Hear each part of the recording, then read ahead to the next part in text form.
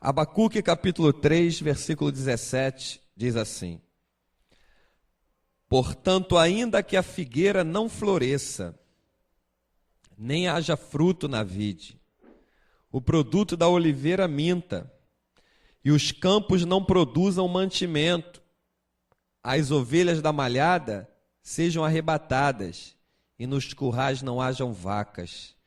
Todavia eu me alegrarei no Senhor, exultarei no Deus da minha salvação.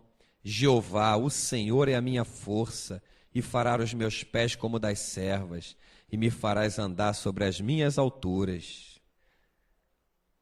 Glória a Deus. Até aqui.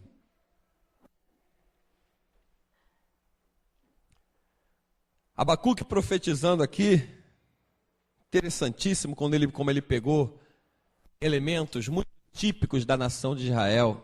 Figueira simboliza a nação de Israel, né? E dependendo do contexto, simboliza o pai. Ainda que a figueira, ele fala também sobre as ovelhas, né? Nos currais, as ovelhas da malhada sejam arrebatadas. Ovelha muito conhecida no meio da nação de Israel, um animal muito típico no meio daquele povo, né? Eles faziam era típico daquela área. E ele fala uma coisa interessante: ainda que o produto da oliveira minta. O que dá na oliveira? Azeitona. Existem dois tipos de azeitona, você sabia? Não é nas cores diferenciadas. Tem uma azeitona que ela tem paladar, e tem uma que ela nasce no pé igualzinha, sem paladar. Você já deve ter pego dentro da tua casa, dentro de um pote de azeitona que você comprou, já deve ter acontecido contigo. Você pegar uma azeitona, e essa azeitona aqui não está gosto de nada, e jogar fora. Vê se você lembra, ou se você passa a reparar a partir de hoje. Tem azeitona que tem paladar da própria fruta, né, da azeitona. E tem outra que não tem paladar nenhum. É igualzinha a outra, está no mesmo pé e não tem paladar. Então ele diz, ainda que o produto da oliveira minta. Interessante.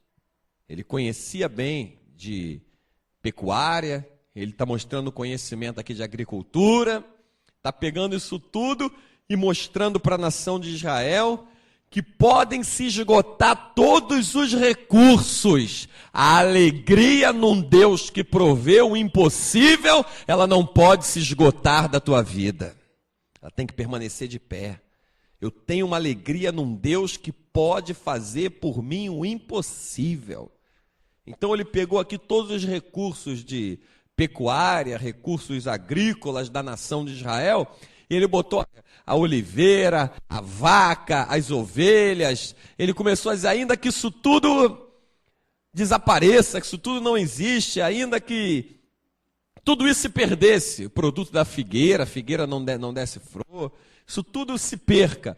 Eu me alegrarei no Senhor e exultarei no Deus da minha salvação.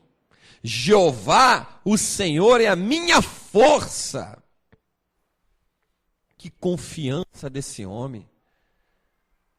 Mas ele sabia, e o povo também sabia, que é necessário os recursos da natureza para a sobrevivência natural do ser humano. Você não fica sem comer, você não fica sem beber. Você pode aguentar ficar por um tempo, mas vai chegar uma hora que teu organismo vai gritar, tu vai ter que comer, tu vai ter que beber. Mas o que Abacuque está dizendo aqui? Mantenha alegria que Deus vai trazer um resultado, vai trazer uma resposta, vai trazer um socorro. Da onde você não vê saída, Deus faz brotar uma saída. Era isso que ele estava dizendo aqui. Deus abre porta onde não existe porta. Deus não precisa dos recursos da natureza para fazer você sobreviver nessa terra. Ele mandou um pão do céu para alimentar um povo no deserto. Aquele pão não era da terra, era o maná. Ele mandou pão e água do céu para alimentar Elias quando estava dentro daquela caminhada. Quantos dias ele caminhou com a força daquela comida? 40 dias. Pão veio do céu, a água veio do céu, estava aceso lá sobre as brasas. Então Abacuque está dizendo aqui, ó, Israel, se volte para o Deus sobrenatural. A igreja do Deus vivo tem que andar esperando que o sobrenatural de Deus se mova na tua vida a qualquer momento. A igreja do Deus vivo tem que andar assim, esperando que o sobrenatural de Deus se mova na tua vida a qualquer momento. Aquele pregador, missionário Josué Erion, ele evangelizando lá na Rússia, país comunista, matavam crentes para tudo que é lado, ele estava levando uma mala do carro carregada de Bíblia. E ele foi parado por soldados russos. Ele conta isso numa das suas fitas. E ele conta que o soldado abre a mala do carro e falou, pronto, agora a gente vai morrer. Vai abrir a mala do carro, vai ver que está cheio de Bíblia lá. Ele falou, Senhor, e agora? Olha como o sobrenatural de Deus entra na questão. Ele disse que o soldado, quando abriu a mala do carro, falou, rapaz, você está indo para onde? Aí ele falou, estou indo para tal lugar, ele disse lá a direção. Olha, então, bateu a mala e fechou, vai rápido, porque esses tomates que estão aqui na mala, se demorar mais, eles vão apodrecer. Vai que você não pode demorar. E a mala estava cheia, não tinha tomate nenhum, era a Bíblia. Estava cheia de Bíblia lá, mas o sobrenatural de Deus fez aquele homem olhar tomate ali em cima. Fez a Bíblia ficar invisível diante dos olhos dos servos do diabo, que não querem compromisso com a palavra. E ele foi, acelerou o carro, foi embora e pôde distribuir a Bíblia lá debaixo do nariz do comunismo. Você sabe o que é isso? Ele que teve as duas pernas quebradas por causa do evangelho. A Deus seja toda a glória. Então, Abacuque estava dizendo aqui, ó, tem que crer no sobrenatural de Deus. Sobrenatural, o que é sobrenatural? Acima da natureza, além do que tu está vendo, além da natureza. Nós somos pessoas que nascemos no mundo natural. Mas quando nós nascendo no mundo natural, a gente está acostumado a contemplar coisas naturais. Temos que comer, temos que beber, tem que trabalhar. Você passeia, você volta, você anda, você volta, você dorme, você acorda. É o mundo natural que a gente nasceu. Mas quando nós nascemos de novo, como Jesus fala para Nicodemos lá em João 3, né? Você tem que nascer de novo da água e do Espírito. Quando nós nascemos de novo, aí nós já não entramos, não fazemos mais parte desse mundo natural. Nós temos que estar crendo no espiritual, no sobrenatural, que só Deus pode operar a nosso favor, quando Ele quer e quando Ele deseja. E o que vai ser o elo de ligação? O imã que vai atrair o sobrenatural de Deus para se manifestar na tua vida? A tua fé. A tua fé é o imã que atrai as manifestações de Deus. Sem fé é impossível agradar a Deus, mas com fé, Deus se agrada de você. O salmista não fala no Salmo 37? Agrada-te do Senhor, a fé. E Ele fortalecerá o desejo do teu coração. Então a tua fé, ela faz com que um imã se manifeste, trazendo espiritualmente o sobrenatural. A tua fé faz Deus te desejar, é o que o Espírito Santo está me dizendo agora. A tua fé faz com que Deus te deseje. E você sabe o que Deus faz com quem Ele deseja? Imagina. A Bíblia diz que nós somos cidade edificada sobre a rocha, né?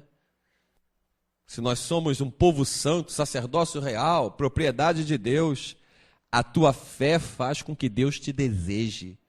A tua busca a Deus em oração faz com que Deus se agrade de tal maneira de você que começa a te cercar em volta. Por isso que Davi entendeu no Salmo 139. Senhor, tu me cercas em volta. Davi diz no Salmo 139, por quê? Por que ele diz, Senhor, tu me cercas em volta?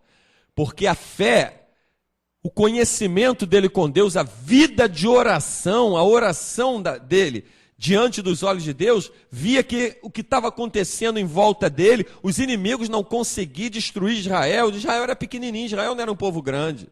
Tinha povos numerosíssimos naquela época, os amorreus, os assírios, os filisteus, os próprios filisteus, era muita gente. Tanto é que quando olhavam para eles, ficavam perplexos da quantidade, tinha gigantes no meio daquela nação. Eles olhavam, Israel era pequena, então Davi via que Israel, no meio de todos esses povos, cercado por todos esses povos, os povos não conseguiam arrasar com Israel. Aí ele fala no Salmo 139, Senhor, tu me cercas em volta. Tem um cerco de Deus à minha volta, o mal não pode penetrar. Tem um cerco de Deus que está me guardando de uma maneira que ninguém pode transpor esse cerco. Ninguém pode me atingir, porque tem que passar pelo protetor da minha alma para chegar a mim. Então Davi entendeu isso. Então é isso que Abacuque está falando aqui. Tira as tuas vistas do que é natural. Passe a andar pelo que é espiritual, porque nós fomos chamados para ser pessoas espirituais. A tua oração pode mover o impossível de Deus a se manifestar a teu favor, porque para Deus nada é impossível. Deus faz o impossível aos nossos olhos acontecer por causa da tua oração, mas a tua murmuração atrasa o plano de Deus e, dependendo da tua murmuração, faz com que ele não aconteça na tua vida. Então era isso que Abacuque estava dizendo. A figueira pode não dar fruto, o fruto da oliveira minta. Volto a dizer, repara bem, eu já peguei em potes, minha mãe já comprou, pegava azeitona, essa azeitona está com gosto de nada, joga fora. Aí tu pega outro, não, essa aqui está boa. É a mesma azeitona no mesmo pote. O produto da oliveira minta. Olha só. Nos currais as ovelhas sejam arrebatadas, as ovelhas da malhada sejam arrebatadas, e nos currais não hajam vacas. Imagina. Israel, que era um país, as nações típicas naquela época, viviam da pecuária, da agricultura, viviam de agricultura de subsistência, né? E você dizer isso, que olha, não tem mais vaca, acabou as ovelhas, o produto da oliveira minta, a figueira não vai dar o seu fruto, ainda assim eu me alegrarei no Senhor, exultarei no Deus da minha salvação. Como é que você consegue conservar uma alegria verdadeira se as coisas estão desmoronando à tua volta? A minha alegria está em saber que as coisas que estão à minha volta podem ser alteradas pelo poder do meu Deus, mas as coisas que estão à minha volta não podem alterar o que Deus tem a fazer na minha vida. Por isso a minha fé permanece intacta. Por isso eu permaneço confiando no Senhor. Eu não preciso de uma situação natural para que colabore com o agir de Deus. Deus age acima e além da natureza que Ele criou. E Ele faz brotar o milagre aonde não existe porta. Ele faz aparecer a porta. Então era isso que Abacuque estava trazendo à nação de Israel. Aqui no final do seu livro, no último capítulo, nos últimos versículos. Israel, tira a vista do que é natural, igreja, tira a vista do que é natural. Tira a vista do que é natural. Não olhe para a prosperidade do ímpio, porque eles acumulam em cima de castelos de areia. Vai vir a onda do mar e vai derrubar. Tira as vistas do que é natural. Olha para o espiritual, olha para o sobrenatural de Deus que vai se mover a teu favor. O câncer está arrasando milhões de pessoas todo dia por aí afora. Sobrenaturalmente o nosso Deus tem nos livrado e tem nos guardado. A Ele seja toda a glória. A fome está matando terrivelmente pessoas em países, nações. Sobrenaturalmente, Deus faz o pão chegar à nossa mesa. Temos vestes para pôr sobre o nosso corpo. Temos um teto sobre a nossa cabeça. Temos saúde, Ele tem nos livrado dos leitos de hospitais. Olha como Deus nos ama e tem nos guardado. Como é que você vai deixar uma situação natural conseguir abalar aquilo que é espiritual, que é a tua fé? Era isso que Abacuque estava dizendo para a nação de Israel. Olha, portanto, ainda que a figueira não floresça, figueira natural, nem haja fruto na vide, o produto da oliveira minta, os campos não produzam mantimento, trigo e outros grãos, as ovelhas da malhada sejam arrebatadas, e nos currais não hajam vaca. É o fim, naturalmente é o fim. Não é que uma nação agrícola e pecuarista vai viver sem isso. É o fim. Aí ele diz: todavia eu me alegrarei no Senhor e exultarei no Deus da minha salvação. Que isso, irmão? Que visão desse homem. Que visão desse homem. Às vezes, por você não conseguir comprar uma coisa que você quer, você murmura e blasfema 500 palavras, cercado de um conforto dentro da tua casa.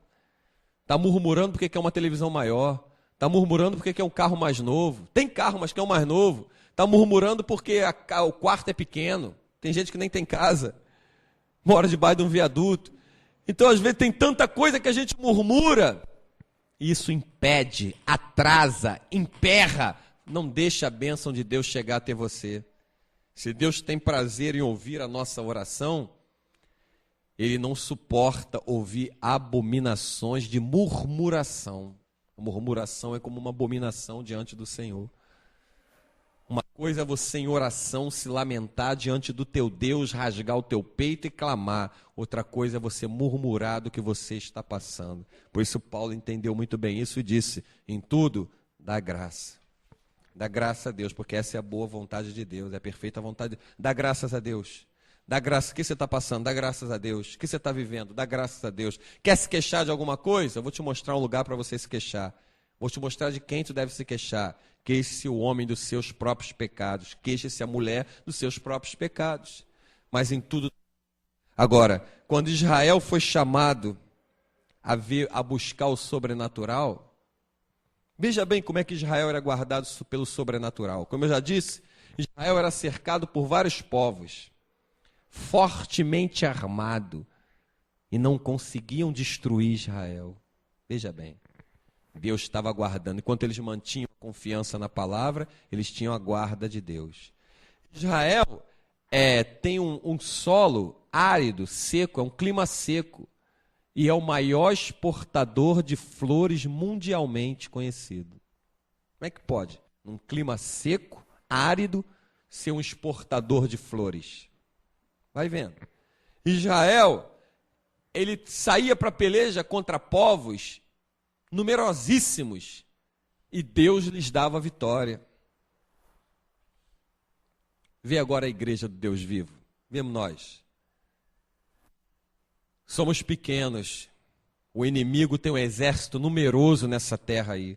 O exército do inimigo nessa terra é muito maior do que a igreja.